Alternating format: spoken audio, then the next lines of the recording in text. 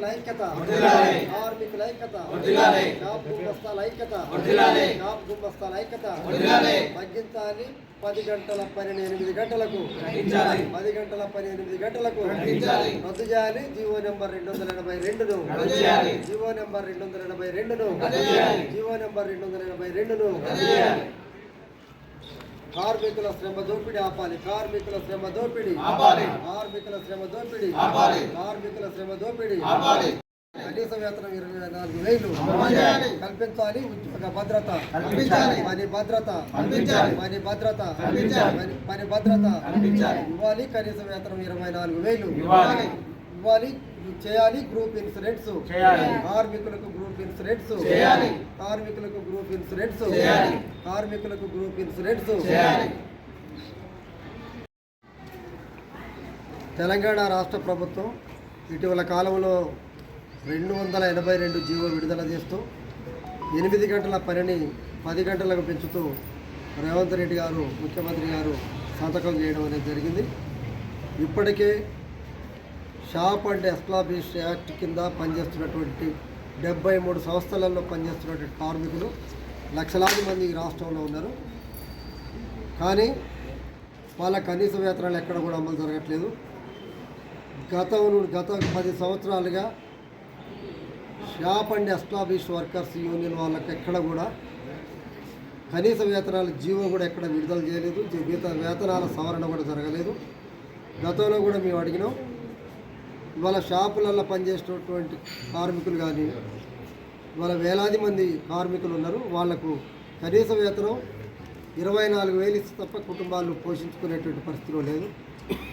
10 గంటల్ని పెంచుతూ జీవో ఇచ్చినటువంటి సర్కారు, ముఖ్యమంత్రి గారు రేవంత్ రెడ్డి గారు మరి కనీస వేతనాలు కూడా జీవో ఇవ్వాలనేటువంటి ఒక ఆలోచన కూడా ముఖ్యమంత్రి గారికి ఉండాలి కదా.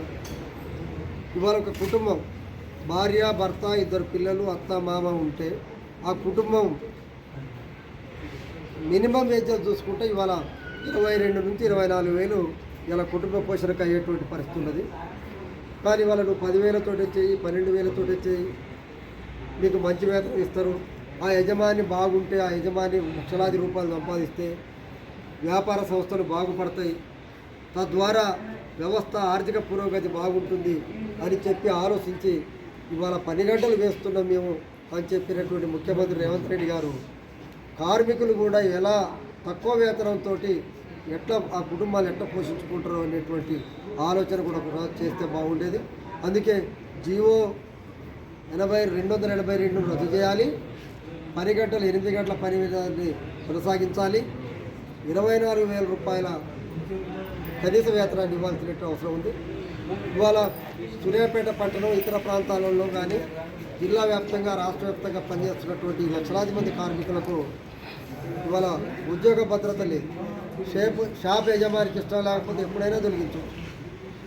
కానీ కార్మికుడు షాప్ యజమాని పెట్టేటువంటి ఇబ్బందులు కావచ్చు, కష్టం కావచ్చు, వేతనం సరిగ్గా ఇవ్వకపోవచ్చు, వాళ్ళకు రావాల్సినటువంటి ఇన్సెంటివ్స్ సకాలంలో ఇవ్వకపోయినా మేము వేరే షాపులకు పోతాం, మేము వేరే దగ్గర పని చేసుకుంటాం, అక్కడ వేతనం ఇక్కడ కన్నా మెరుగైన వేతనం అక్కడ వస్తుందంటే మాత్రం యజమాని లేదు వదిలేదు అనేటువంటి అంటే యజమానికి ఒక రకమైన చట్టం, కార్మికులు ఒక రకమైన చట్టాన్ని ఈరోజు అమలు చేస్తున్నటువంటి పరిస్థితులు. అందుకే ఇవాళ సూర్యాపేట పట్టణంలో పెద్ద సంస్థలు వచ్చినాయి. సిఎంఆర్ కానీ, మాంగళ్య కానీ, ఆకృతి కానీ ఇట్లాంటి పెద్ద సంస్థలు వచ్చినాయి. కానీ అక్కడ ఆ సంస్థలలో ఒక జైలు జీవితం అన్నట్టు కార్మికులు అంటే బయట వ్యక్తులతో మాట్లాడేది ఉండదు, వాళ్ళ కార్మిక హక్కులు అడిగేది ఉండదు. ఒక జైలు నిర్బంధం లెక్క ఉండేటువంటి పరిస్థితి. ఫోన్ కూడా అంటే అన్ని షాపులలో అదే పరిస్థితి ఉంది. ఫోన్లు కూడా కౌంటర్లు ఇచ్చిపోయేటువంటి పరిస్థితి. ఎవరైనా చనిపోయినా, పెళ్ళి, ఎవరైనా సాగు, దినమో, మంచి చెడో ఉంటే కూడా ఫోన్లు కూడా, ఎందుకంటే ఫోన్ ఉంటే ఫోన్లే మాట్లాడతారు, షాప్లో పనిచేయనట్టు వాతావరణం ఉంది. ముఖ్యంగా పెద్ద సంస్థల వల్ల పెద్ద ఎత్తున నిర్బంధం ఉంది. వేతనం అడిగే పరిస్థితి లేదు. కష్టం వచ్చిందని ఎవరికైనా చెప్పుకుంటే వాళ్ళ మీద వేధింపులు, వాళ్ళ తొలగించలేటువంటి పరిస్థితి కూడా ఇలా సూర్యాపేట పట్టణంలో కొనసాగుతూ ఉంది. పెద్ద సంస్థలు అంటే పెద్ద మనసు కలిగి ఉండాలి, వాళ్ళకి అనేక రకాల సౌకర్యాలు ఉండాలి. కానీ వాళ్ళకు కూడా మిగతా షాపులో 14,000 ఇస్తే వాళ్ళకు 14,000, ఎవరో ఒకరికో, ముగ్గురికో, నలుగురికో 15,000, 20,000 ఇస్తూ మిగతా వాళ్ళందరూ కూడా తక్కువ వేతనంతో ఎక్కువ పని చేసుకుంటారు. కనీసం కూర్చోవడానికి కూడా వీలు లేనటువంటి పరిస్థితి. ఇప్పుడు వేరే షాపులలో కనీసం కూర్చొని వ్యాపారం చేసుకునే పరిస్థితి.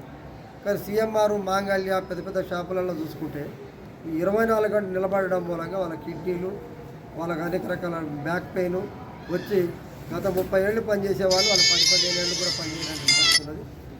అందుకే ఈ సంస్థలలో పనిభారం తగ్గించాలి, వాళ్ళకు అనేక రకాల కార్మిక చట్టాల హక్కులు కూడా వర్తించాలి.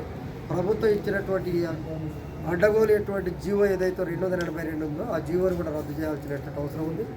ఈ యొక్క హక్కుల కొరకు ప్రభుత్వాన్ని తెలియజేయాలనే ఉద్దేశంతో ఈ ఆర్డీఓ గారికి మెమోరాండం ఇస్తూ మేము నిరసన కార్యక్రమం కూడా సూర్యాపేట ఆర్డీఓ కార్యక్రమం చేస్తాము. మీరు వదిలేండి మేడం, మీరు వదిలేండి, మీరు చేయలేండి, నిలబడండి అంతే.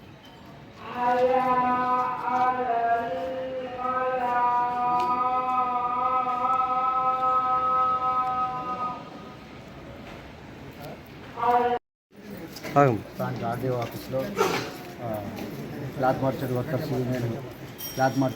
యూనియన్ సెక్రటరీగా అన్న గురూజీ ప్రధాన మాకు కార్యదర్శి ఉంది, గౌరవాధ్యక్షులు ఉంది. ఈ కార్యక్రమానికి ఇచ్చేసినటువంటి తోటి కార్మికులందరికీ కూడా శుభాలు తెలియజేస్తున్నాను.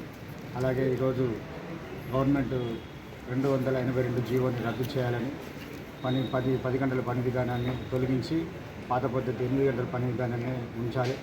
అలాగే జీతభత్యాలు కూడా 24,000 రూపాయలు ప్రతి కార్మికుడికి ఇవ్వాలని కోరుకుంటూ ఈ సందర్భంగా తెలియజేస్తుంది. ఈ క్లాత్ వర్కర్ యూనియన్ ప్రెసిడెంట్గా కందులు వెంకయ్య పేరు. మేము పోరాడేది ఏంటంటే ఈ కొత్త జీవోని రద్దు చేయమని ముఖ్యమంత్రి రేవంత్ రెడ్డి గారికి తెలియజేస్తుంది. మా ఎట్టి చాకరీ వల్ల మా జీతాలు పెంచాలని గవర్నమెంట్ని పోరాడుతున్నాం.